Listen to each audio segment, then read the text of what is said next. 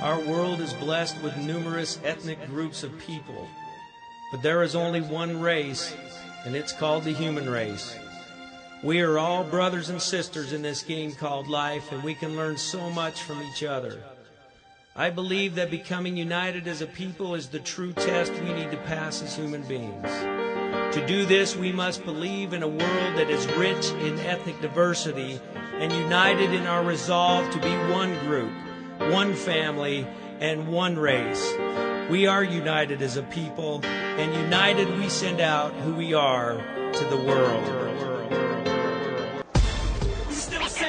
As I know here, you're in trouble. Gloria says about 30% are unemployed. That's why I'm working hard to get this surplus food here. Some of you say to me, well, I'm not like you. I'm not a congressman. I haven't got education. I haven't got work. But you're a human being. And you know what you've got? You've got in your hand the power to use your vote and to use even those few cents you get from welfare to spend them only where you want to spend them. Remember that.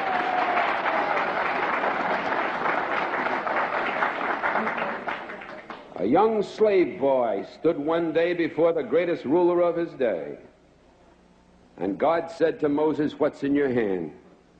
And Moses said, "Lord, only I've got a stick, that's all." He said, "Well, let me use what's in your hand." And God used that slave boy with a stick in his hand to divide the Red Seas, march through a wilderness, bring water out of rocks, manna from heaven, and bring his people to freedom land. What's in your hand?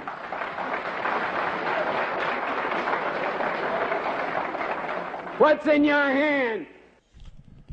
Good morning, everybody. This is Rick Young. Rick Young, another segment of What's in Your Hand. You just heard from the Reverend Dr. Adam Clayton Powell Jr. talking about what's in your hand. What is your God-given talent? What is your tags? Your talents, your abilities, your gifts, and your skills. And I have a guest in studio this morning who's going to be talking about his tags, talking about what's in his hand. And ladies and gentlemen, I want to welcome to WHCR. I want to welcome to What's in Your Hand. I want to welcome John Grant. Let me take a station ID.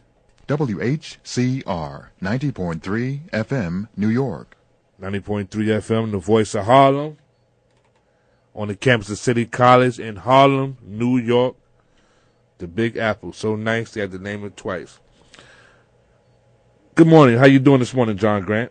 Hey, Rick. I'm doing great. I'm so thrilled to be here. And what can I say? This is the place to be. I'm excited. Well, it's definitely a pleasure to have you. Okay, so you have a book here. It's called Self-Recruiter, Changing the Rules. How to be your own recruiter and ride the economic crisis to your next career challenge. Tell me about this book. Well, you know, it's interesting. I've spent 11 years in recruitment, started out as a recruiter on a desk. You know, this idea of a headhunter, someone that goes out there and really finds the best talent. A company needs somebody and they say, hey, I've got to have someone really specialized. And so I spent quite a few years really going out in various specialties, finding that best of the best individual. And while that's great and you get to help those people that you can help, statistically it's a very, very small number in recruiting. It's a numbers game. And that in itself is kind of demotivating, demoralizing. I loved the helping part, but gosh, it was 99 out of 100 that I couldn't help. And that's what really motivated me to take all those talents, take my tags, and take them in another direction. How can I help the individual?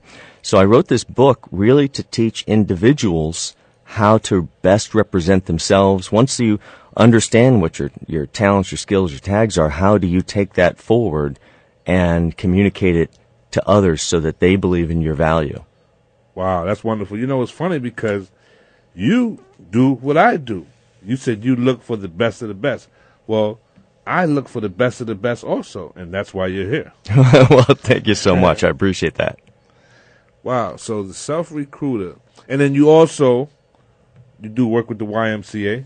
I do. They're actually the first organization that I started to work with. They're, what a great organization, great mission, everything else, helping folks individually. And, I had approached them thinking, well, what better place to kind of kick off my series? I actually have a series of 6 different lectures, all on various aspects of career and job search. And I said, well, gosh, the YMCA, that's the place people go for a helping hand. Let's get started there. And they were so welcoming and so excited by being able to bring programs to the community and help real people. What better place? Now, there are so many YMCAs. Do you go around to all of them? Well, I've been around to quite a few. Around the city, I think so far in the city I've been to, I think 3 or 4 of them, and I've got some invitations out to some of the boroughs and just trying to get everything on the schedule. You know how it is. Now, how much fun is that going around to the different Ys and doing your presentation? It's fantastic. I love everything. Well, what you do, what I do. It's about getting in front of people, whether it's in front of people on the radio or in front of people in a live audience. That's where you find out what the real problems are, what the real motivational challenges are, and it's there that you discover your empathy for your fellow man and how you can use your talents, your tags, and help them move forward. Okay, and what made you decide to put this book together? Because it looks like an excellent book. Well, I just thought, gosh, if I could help the other 99, not just that one that I may place out of that 100 folks that I would meet, not only does that help me inside, because it's a tough thing to know that you meet so many people that need help, and yet statistically as a recruiter you can't help them. But if I just change how I use my talents, I can go out and find those individuals that themselves need help that maybe a recruiter's not going to help. Maybe they don't have, the best of the best in their niche, but they're pretty darn good. And if they just understood how they could leverage their own talents and represent themselves and take proper credit for what they have contributed. A lot of folks, we have bosses sometimes that want to take our credit. And, we need to stand up and claim what's ours. In what you teach, is there such a thing as creating your own opportunity and creating your own job? Well, I think there is. Sometimes we develop a really great set of skills, resources, and specialties in ourselves, and we are stuck in this trap of looking for job postings. We're looking for a job posting to try to find this perfect job that may not exist. And, there's a few different lectures I teach, but one of them is a really interesting one called Career Evolution, and preparing for your career's next leap with social media marketing. That whole idea, very new, of how do I build my value perception in the minds of others. In other words, let's take my skill set and see who might benefit from it, even if they don't have a job posted, and begin to show up on their radar screen in their minds. So they're thinking about me, they're reading my materials, and then I can approach those folks and position a new role that they can create for me. Now, you just mentioned social media. Mm-hmm. How important and vital is it when you're looking for opportunity, what you post on your page? So say you got girls, half-naked girls, or you're showing not a good account of yourself. How does that come to play when it comes to looking for opportunities? Well, I tell you, it can work against you. I think that, we're all human beings. We all do things, and sometimes we go, oh, did I do that? What did I do that for? That was a little crazy. I think that you have to be very careful. I happened to be at the Google headquarters Friday before last for Social Media Week and watching a couple keynote lectures there. And it's interesting that one of the guys up on stage really caught my attention. He said, the real world is insufficient. And it resonated. And I'm like, did he say that? And what he means is we're no longer just judged by the real world. We're judged also by what's going on in the virtual world. That's part of who we are too. And in that particular audience, it was interesting he said, hey, how many folks here in this audience are using Facebook for their career or, for your own business? And about a third of the audience raised their hand. Now, that was a pretty unique audience, but I sit there and I go, well, if I'm looking to boost my career, if I'm looking to job search, I have to control perception. And that means maybe the half-naked girls all over my website aren't really good, or all over my page aren't really a great representative. And if I've got that on there, I hope I've got my privacy controls set to maximum and cross my fingers too. Imagine I was taking a different route and I was using that playing field of social media to put out stories of my successes, things I'm involved in, exciting events I'm going to, lectures I'm going to, books I'm reading, thoughts I have, sharing articles on compelling motivational pieces. People begin to see me differently. That's how you begin to change perception. That's how you begin to be seen as a leader. Right, but not being at a party and you were like completely drunk at a party and you got pictures and videos and you being at this party completely drunk. You never know who's watching. There's an interesting thing. We watched this last election cycle, and after Barack was elected, there's natural celebration. And even his own speechwriter, real brilliant guy, I think he was about 27 years old at the time, of course he's out celebrating, just won a big political victory. And he happened to be at a party with a friend, with each had a beer in their hand. It wasn't really that outrageous of a picture, but they were toasting a beer to a cardboard cutout of Hillary. Nothing really scandalous here, but somehow taken out of context, oh gosh, it blew up in the media, and it's like, hey, give this guy a break, he's 27 years old. and he fought a hard campaign and won, and hey, he deserves a beer. But taken out of context, we look at these things and go, oh, is that how you want to represent yourself professionally? So we have to be very careful. With someone that's looking to hire somebody, would they go to their Facebook page, their LinkedIn page, or their Twitter account and see what they're posting? It's really interesting. It happens much more than you think it does. In my lecture series, I often tell folks, there's every job that we're after, there's thousands of people sending in resumes. That's I think the statistics are there's, about 6 open jobs for every individual looking, which doesn't sound so bad until you go, well, no one just applies for one job. We sit home and we hit apply all the time. And so that it generates into thousands of resumes, and the resumes go through this sorting process. And even if you make the good cut, 3 different stacks, the good one, there might be someone in here that's the not so good one, I can't tell, and then you're not a fit stack. Well, even if you're in the good stack, there's probably 50 other resumes there. I can't read all of those. So the first thing they do is they take your name and they Google you. Careful what you're doing on Facebook. Careful what you're doing on Twitter. People do not get hired and do get fired for what we do on the internet. We have to be careful. And then they're going to take your name and take it over to another social media piece, but it's geared for our work life, and it's this thing called LinkedIn.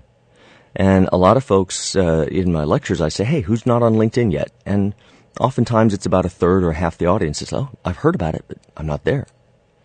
And the managers I speak with, 50% of the time, they're using LinkedIn as part of the sorting process just of whom to interview.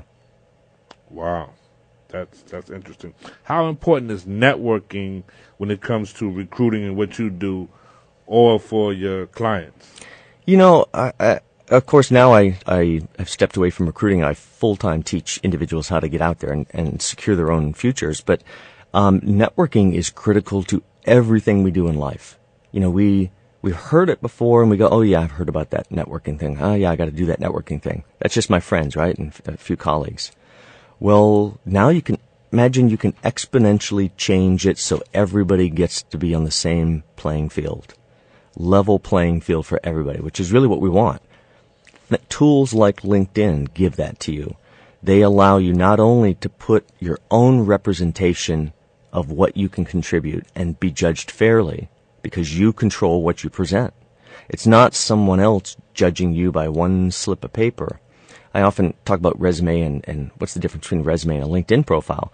And, well, resume, in my view, has to be this single-page, simple sales sheet that really creates desire for your skill set. They have to look at you and go, oh, I want to interview this person. Get them in here. But the kind of polar opposite in my idea is a LinkedIn profile, which is your chance to make this 3-dimensional, well, essentially a sales brochure, all about you, that should drive the reader to the conclusion, hey, if I hire this individual, if I work with this individual, gosh, that's going to be the best business decision I make today. And that's the opportunity it presents if you really put effort into telling your story, controlling the narrative. Now, what about someone like me who is on LinkedIn and decided to start a group on LinkedIn, the Motivational Speaking Network, and I am now closing in on 600 people who signed up for this group? How do someone like me, leverage something like that? Well, that's great, and I can even, chime in a little bit of my own perspective, because, of course, I've created a group, too, Ricky, self-recruiter group. But you can take a group like this, and it's a vehicle for communication. That's what all these things are, whether it's our profile or it's our group. The beauty of a group is, of course, you're talking to an audience that you know is already interested. How you leverage it is part of the wonder of how the system with LinkedIn works. Everything that you do is directly linked back to your profile. So every time you share something compelling or say something compelling or contribute something, that's an opportunity for someone to go, oh, hey, who's this Rick guy? Pretty interesting. Let me click on his name. And then suddenly they're back on your profile, which really is a three-dimensional sales brochure for your entire career. How you contribute to humanity, how you help folks, how you contribute to organizations you work with. Well, let me tell you what I'm not going to be doing. I'm not going to be on my Twitter account or my Facebook account saying, okay, Facebook family, Twitter family, I'm going to bed now. Good night. See you in the morning. Oh, no. Come on. Give me a chatter. Break. Give me a break. It's just chatter. I need a second cup of coffee, third cup of coffee. I don't need to know. Yeah, I mean, why is that of any importance to anybody? Well, you know what I tweeted this morning, and I also, even while I was sitting here before the show came on, I hopped on my LinkedIn. Of course, I've got it on my phone. I hopped on my Facebook because, of course, I use my Facebook to communicate professionally, so I don't get to make the fun comments because, fun comments we all might say to our friend walking down the street. Well, we take those out of context, and we go, did I really say that? So we have to be careful as human beings because we make mistakes all the time. We're fallible people. And that's why we have to have a little compassion for our fellow man when they make a mistake. Because we all are human beings. Let's not forget that piece. But I hopped on this morning and I shared, hey, I'm on the radio. Come take a listen. I'm doing things. You have to share things and communicate things that are interesting and put a link. Of course, I put a link to your show. People might want to click on and listen. I even uploaded some photos in the studio here to the Facebook page. All those things are ways that you can communicate your value that aren't, hey, I need a second cup of coffee. Right. I interviewed a gentleman, Bob Berg, who wrote a book called The Go-Giver, not the Go-Getter, The Go-Giver. And he said the most important thing is adding value. So that's what you're doing. You're adding value all the way around. Well, you're right. And each one of us, maybe we've fallen in the trap of people telling us we're not valuable. I work with a lot of individual clients too, and one of my clients, she's executive assistant to a lot of different powerful executives over her career. But gosh, she's been told, by recruiters that look at her, well, this experience back here is too old. You can't use that. The best that you can hope for is this. What a message that is. The best that you can hope for is this. And I said, that's not right. You control your destiny. You've done all of these great things over your career. You're just not communicating them. You're letting somebody else dictate your future. Take control of your future. Now, it's kind of hard because sometimes we feel like, the world has put us in a position that it's all falling down on us. Hey, I've been in some pretty tough positions and events in my life. And, some of them you sit and go, gosh, how am I going to survive this? How am I going to make it through this? And those things that challenge us, when we find our way forward, we come out much stronger. And so we have to go back, we have to take credit, we have to move forward, and we have to figure out, how do I turn this around and use this to energize myself?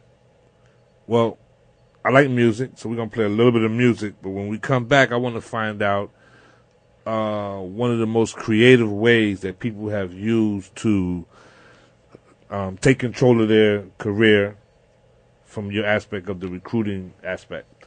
Terrific.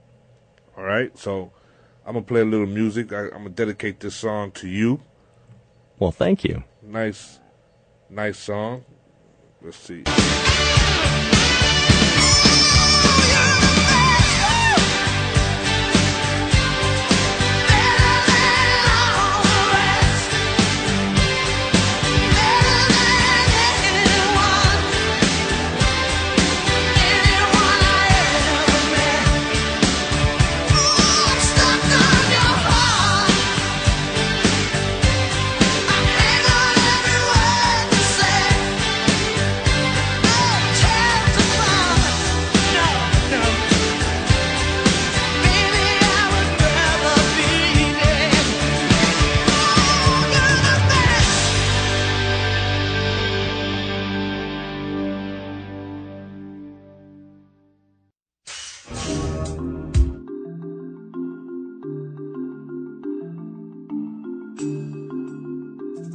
If you want to be important, wonderful. If you want to be recognized, wonderful. If you want to be great, wonderful. But recognize that he who is greatest among you shall be your servant. That's a new definition of greatness.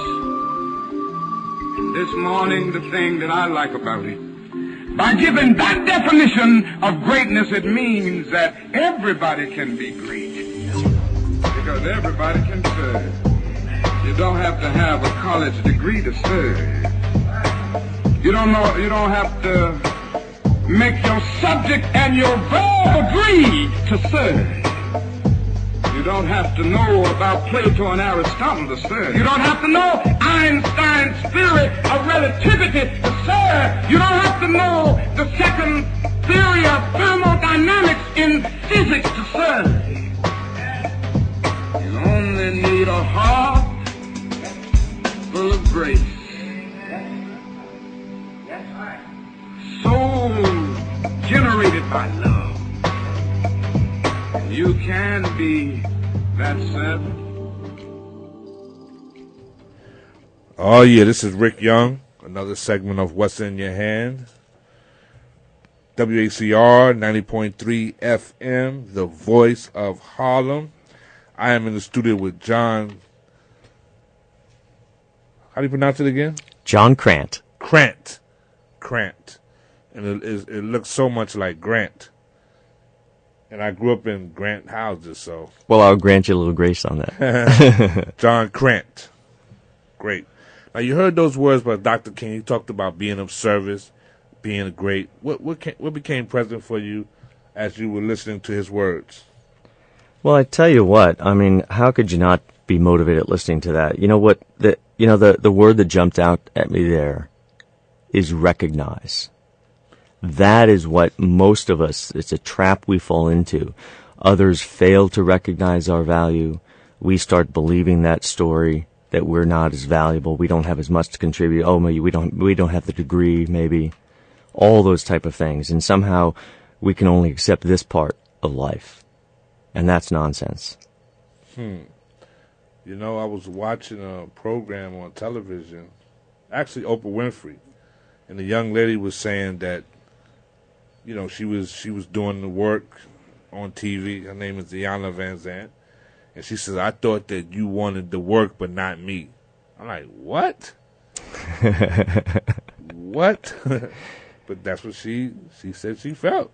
You know, I was lucky enough to hear her speak. I was just at the Reverend Jesse Jackson's Rainbow Push Wall Street project in January And Deanna Van Zandt was there? She was there. At the luncheon afterwards, she did one of the keynote speeches, and how inspiring. Got it all on video on my iPhone. But just what a master at storytelling and motivating. Yeah, but she said, I thought that you didn't want me telling Oprah this, that you just wanted the work and not me. I don't know. I didn't get that. I didn't really understand that, but I guess that's something that she's dealing with. Well, you know, it's interesting because a lot of times if we're too valued, if somehow they recognize our value, somehow somebody thinks they lose power, and that's nonsense. You know, the best folks to work for are folks that want you to be your very, very best. The ones that want to empower you, the ones that want you to achieve what hasn't even been thought of yet. You know, sometimes I deal with folks in job search that, you know, they may have developed a really great background, but they're even afraid to put all of the background on their resume. Oh, but won't they be afraid to hire me? It's like, gosh, that's possible. Those kind of things happen. But if the boss is afraid to hire me because I'm too good, is that the person I really want to work for? Maybe that's not the right organization. Maybe that's not the right boss. I'm focused on excellence no matter what I do, no matter what role I'm in. You know, I happened to be in Starbucks the other night before a lecture grabbing a coffee, and the barista had a sore throat and it was noisy and couldn't quite yell out my drink. And I said, oh, let me yell it out for you. And I barked out my drink because I've heard them yell it out enough. And he's like, wow, if I wasn't sure you had a better job, I'd offer you a job. I said, there are no better jobs, just different jobs. And that's what we all have to think about. Okay, now what's one of the most creative ways that people have used to use your service to get to be creative in acquiring a job? Well, you know, I can even take it beyond folks that have used mine. And let me just tell a story of being inspired by somebody else. You know, as I get out there and I do these lectures at not only the YMCA but also the New York Public Library's Job Search Central, Rick, and I'm telling this story on LinkedIn and social media marketing and how you begin to shape and control this message. And I started to talk about this individual I became aware of. You know, when you sign into LinkedIn, you're not taken to your profile. You're actually taken to your homepage, kind of like where you get to see updates, messages, what's going on across your network. And this guy last summer started showing up on my homepage. I don't know him. I'm somehow connected to him. Part of the hidden part of LinkedIn is, say if you and I connect, well, you're in my network pool. That seems pretty obvious, but also all your connections are in my pool, and all your connections are in my pool. So I have a pretty good amount of connections. I have about 1,380 connections, but I have a pool that belongs to John Crant, or your pool as you develop it. My pool has 11.4 million people in it. If I do reverse searches, all those kind of things, I can find any decision maker. So somehow this guy's in my network. He's showing up on my homepage, and at first, well, he's a fire safety expert. He's based in Chicago. I don't know him. And first thing he's updating is, I'm unemployed. I'm like, okay, well, that's not a very motivating message. I understand it's a message of desperation. I got to advertise. Next kind of message was, I'm looking for work. I'm thinking, oh, someone's got to help this poor guy. And, you know, there's a lot of folks out there to send message to. I could send those all day long. But over time, wow, his skill set changed. He somehow learned that I have to start sharing the right things. I have to start sharing those industry papers, those white papers on a specialty on fire safety. Oh, he's going to a fire safety conference. He starts sharing that. Oh, that's fantastic. You know, he's working on a project for a client, you know, a consulting project, not really a full-time job. And he starts talking about that. And over time, I've never met the man. If I need a fire safety expert in Chicago, I know exactly who I'm going to call. And I start telling my audience this, and they were laughing. I went home that night. This was about 2 months ago. I went home that night, and here he is again on my homepage, and he just won a Presidential Volunteer Award. And I thought, well, that's enough motivation for me to reach out to him. I'm going to reach out and say something. You know, LinkedIn has implemented those Facebook kind of communication tools. You know, I can like or comment. And I commented back, and I said, hey, congratulations. That's fantastic. I've been talking about you. And that's all I said. You have to understand how to start a dialogue. Capture interest. And it must have been online, a couple minutes. He emails right back. He's like, you have? I hope it's been good. And then, of course, I responded back and told him what I do, and I sent him a link to one of my videos, and really told him that I use him as an example of someone that really does it the right way, builds that perception of value inside of someone's mind that has never met him before. That is power. Right. That's right. That's right. But I sit and look, you know, individuals, how do you change the equation? I've got people that I work with left and right that start out, you know, as a small, if you imagine like a small little seedling, a small little plant of some sort. And, you know, that's not what they are, but that's how they're presented. And they have to understand how to go back, how to get recognized, how to take full credit. You know, I often say in my lecture series, and I mean it, modesty is a wonderful human trait in all things except job search and career. In job search and career, all those things that we're taught about being a wonderful, modest human being work against us. And we have to understand that in that arena, all other areas great, in that arena we have to set it aside and not be immodest, but we have to be able to recognize our value, recognize and take full credit, almost to the point of shamelessness. So I get my full credit, not more credit, but just the full credit that I'm due. And that is how people suddenly blossom into this full oak tree, or these wild orchids that are so beautiful, and all this beauty and energy and career starts happening for these folks. That's the power. Very, very interesting. Very interesting. Now, what about when you acquire that interview? Like, what's some of the steps you want to do as far as preparation? Well, the advantage of, when we get that interview, we're so excited. Oh my gosh, I got the interview. I can't wait. And we go to get ready, and what do? We print out some copies of our resume, of course, and let's see, I'm going to get my best suit of clothes out. You know what that's called? That's called getting dressed. That's not preparing for an interview. If you want to change that equation, and that's kind of the angle that I always teach folks, is there's every problem. I don't care how difficult it is, how insurmountable. Oh, you can't go there. Yes, you can. Don't let someone tell you can't go there. Of course you can. So I have to change the equation in the interview process. You want to think about, here's some great ways to change it. How would it change your preparation for an interview? A lot of times HR folks, they'll email us, here's the 3 people you're going to meet with. A, B, and C. There's the 3 folks. And we go, great, we have their names, but what if I took those names, I reverse search them in LinkedIn, pull up their profile. I see their current company. Of course, I know they work there where I'm going to meet with them, but I see everything that they're doing. I understand the responsibilities and things they've achieved. I can see what company they worked for beforehand, maybe even before that.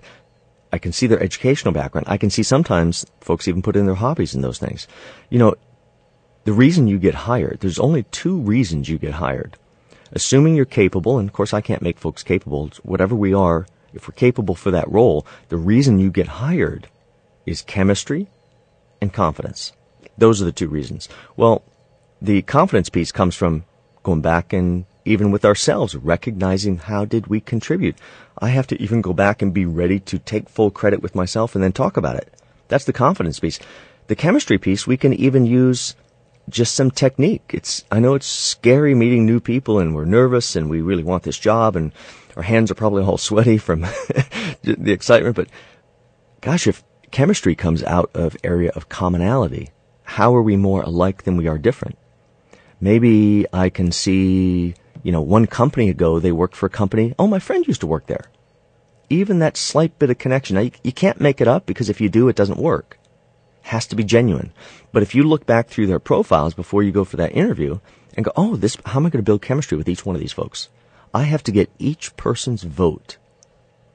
Not just 2 out of the 3, not just every person's vote. Gosh, the receptionist too. Anybody.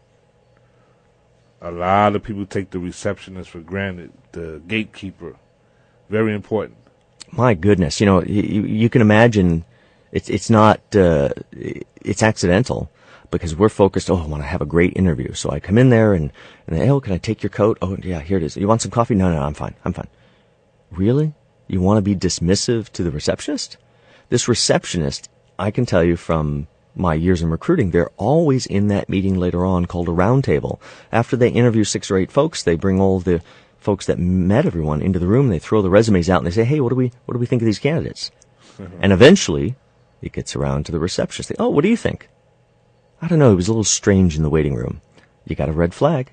If your competitor didn't get a red flag, your competitor's ahead of you. You got to win every vote, even if you just meet someone 10 seconds as they're walking you down the hall. You got to stop, make some eye contact, give them your business card, ask for theirs, show a moment of respect. Give respect. We have to get respect. We have to give respect.